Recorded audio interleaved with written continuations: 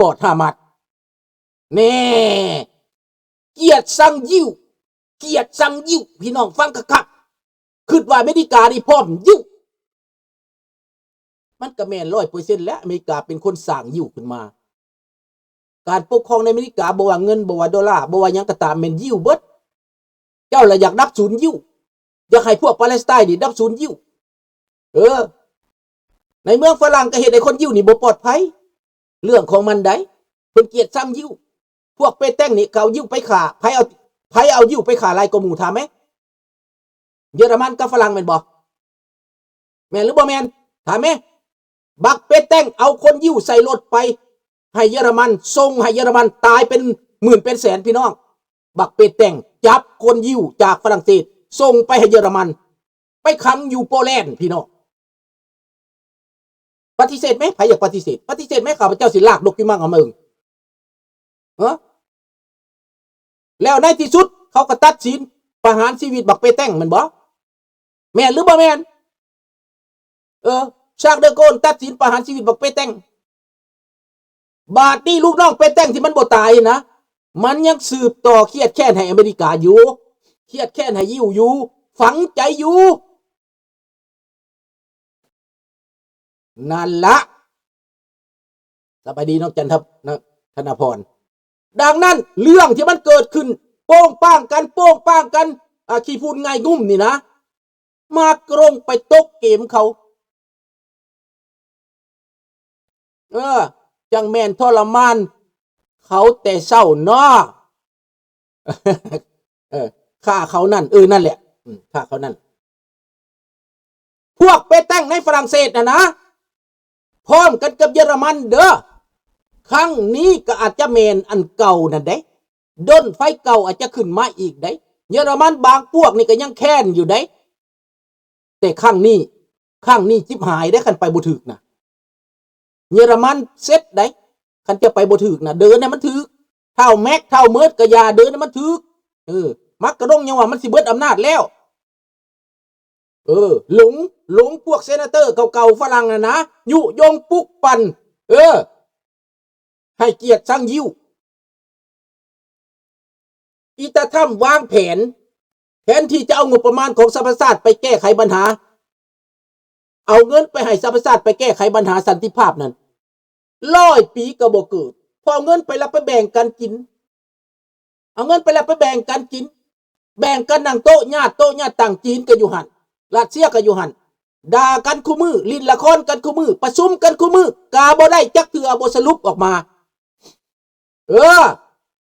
ประชุมเทื่อใดก็กองดามคอนดามเน่แต่ยิ้วลงโทษแต่ยิ้วสิฆ่าแต่ยิ้วสามนำยังไปอยู่ยงปุกปั่นให้ศาลนั้นตัดสินให้ผู้นำยิ้วนั้นต้องเข้าคุกเป็นธรรมหรือบอกไอ้คือเอาพวกเจ้าว่านาตายูฮูนี่เป็นอาชญากรสงครามมาซัน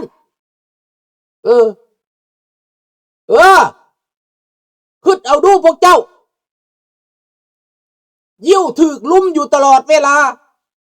สงคราม6 วันสงครามต่อได้วันก็ลุ่มตลอดเวลาแต่ยิ้วก็พยายามเจรจาจนอยู่รอดมาถึงวันนี้ฝรั่งเศสตาสิแตกแล้วตาสิแตกบ่อยากเห็นยิ้วนะพวกเซนาเตอร์เปแต้งนะ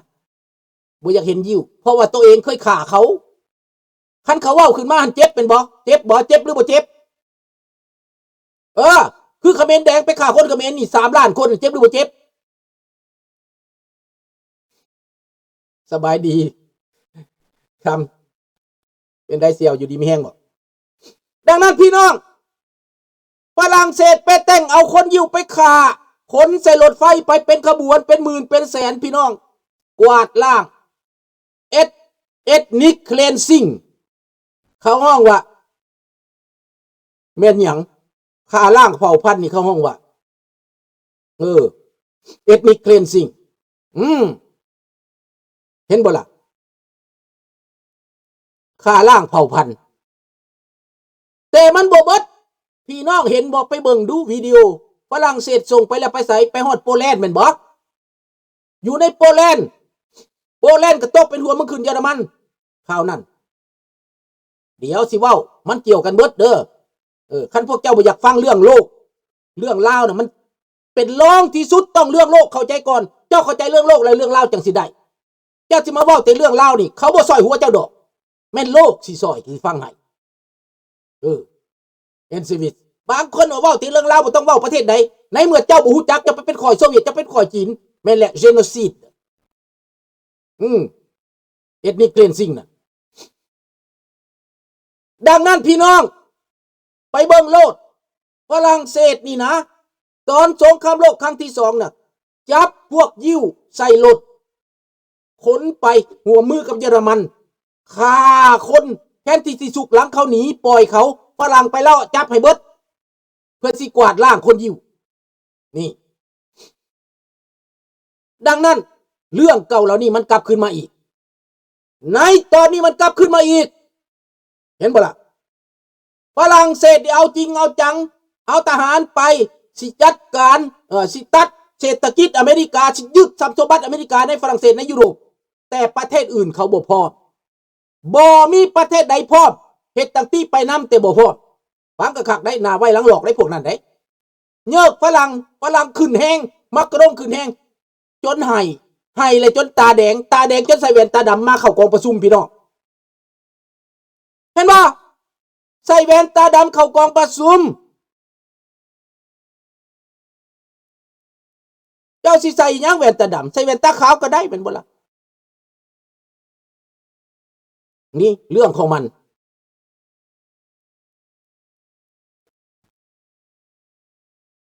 เพราะว่าบ่กล้าสู้หน้าโดนัลด์ทรัมป์เราว่าคอยเฮ็ดให้ยุโรปนี่เบิดเท่าใดแหละเบิดเงินปีละจักพันล้านเอาเงินมาจ่ายให้นาโต้นี่ปีละจักพันล้านแต่ก็ยังบ่ได้รับความขอบใจบ่ได้ยินคำว่า thank you don't say anything don't no say thank you Indi pa Maxi ฝรั่งเศสบ่ฮู้จักเว้าแม็กซี่ได้พี่น้องมีตั้งแต่คริติเกมีตั้งแต่แม่เด้อเบิดมือด่าอยู่ในซ่องอันทุกซ่องเลยข้าพเจ้าไปฟังปาติโตฝรั่งนี่นะเห็นโตการมึงเลยเนาะนี่เนาะเบิดฝรั่งเศสนั้นโตการเบิดพวกคอมมานเตอร์ต่างๆนั่นต่อต้านอเมริกาแล้วเจ้าต่อต้านเขาสิให้เขามาหักเจ้าได้จังได้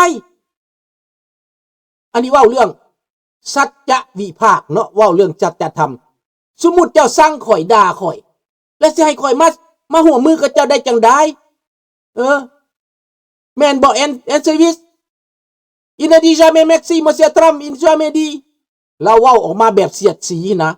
บ่จักคำว่าแม็กซี่บ่จักคำว่า thank you บ่จักคำว่า sorry อีกทุกมือมาแต่ด่าตาทำเป็นบ้าตาทำเป็นฟูเขาเป็นประธานาธิบดีอเมริกาเจ้ามาด่าเขาว่าเป็นบ้าเจ้ามาด่าเขาว่าซัว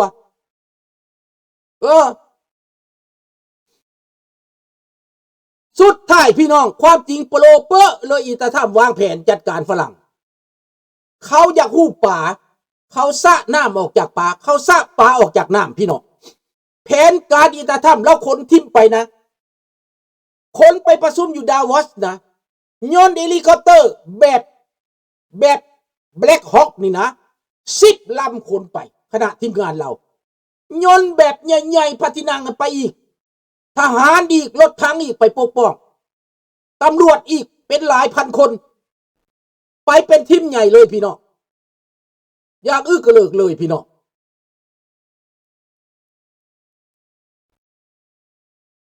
ดังนั้นเรื่องในดาวอสผู้ปีกฮักแต่แท้แม่นไผผู้หัวใจเวอร์แม่นไผบางคนก็โดนทำยอมเขาว่าสั้น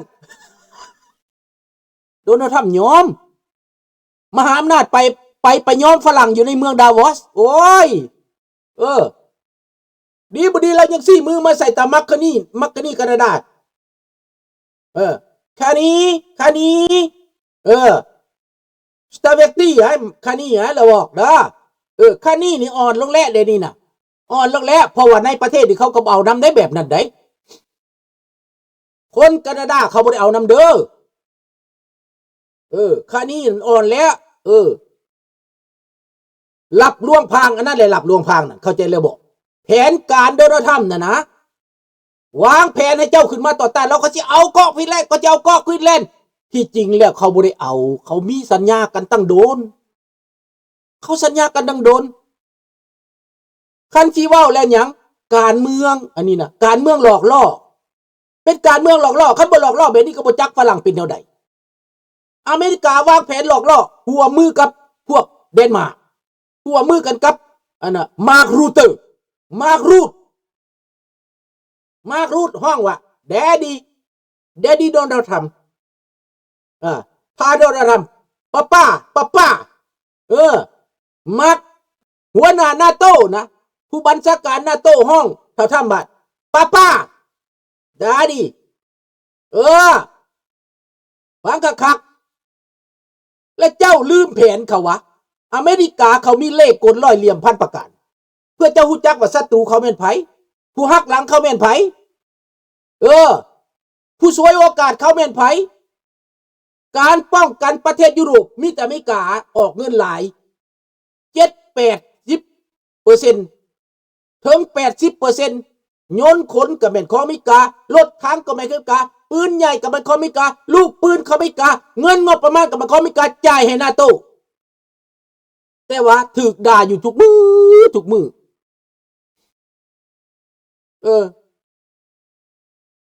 เจ้าบ่ยอมเจ้าก็สู้ต่อไปและเอ็มเซวิสเจ้าก็ยอมแล้วไปทำไมเจ้าบ่ยอมเจ้าก็ไปเจ้าว่าแต่ทำเป็นบ้าไปแล้วไปสู้แต่ทำเป็นบ้าเจ้าก็ไปเป็นประธานาธิบดีแทนเราเด้อเดินเซวิสไปเด้อเจ้าบ่ยอมเจ้าบ่ซอยกับเรื่องของเจ้าแต่ว่าเขาคนมันประชุมกันได้คนฟังเมื่อกี้นี่นะเห็นบ่ตกจากเวทีไปเป็นไผแทนที่มันสิเป็นมักกรงแก้ไขปัญหาปาเลสไตน์บ่มีมักกรง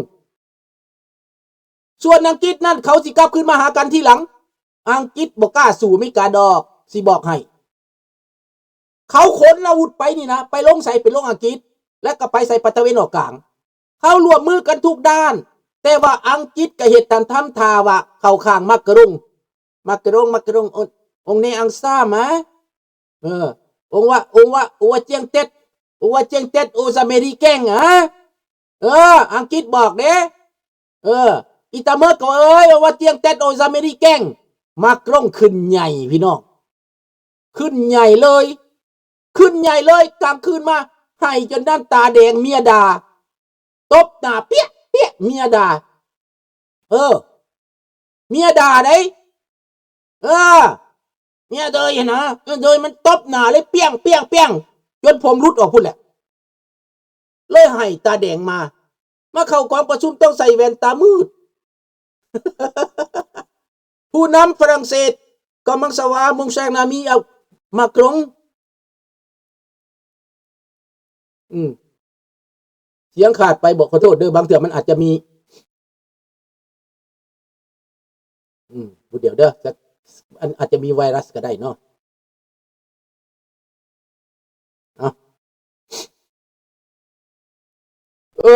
ก็เป็นดังสั้นแล้วคันเจ้าบ่ให้นะ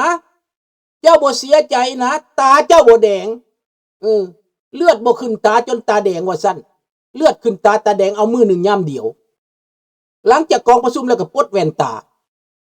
เป็นยังจังบางแว่นตาไว้บ่กล้าสู่หน้าคนเว้าใหญ่เกินไปเว้าเกินโตอเมริกาเข้ามาเบิดทิมเขาได้หลังจากเลิกกองประชุมเรื่องนั้นอธิบายกันแล้วในตอนนี้เขาก็ประชุมต่อมาโกโรบิโอประชุมกองประชุมต่อจัดการเรื่องปัญหาสันติภาพตะวันออกกลางต่อไป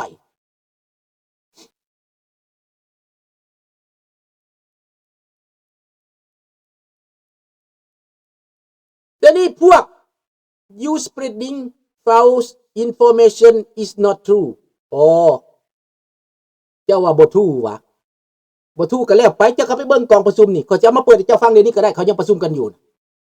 มันสิบ่ทู่จังได๋พวกเจ้าน่ะไปเอาตั้งแต่เฟกนิวมาหั่นน่ะเป็นแผนการเขาตกลงกันได้แล้วเรื่องกรีน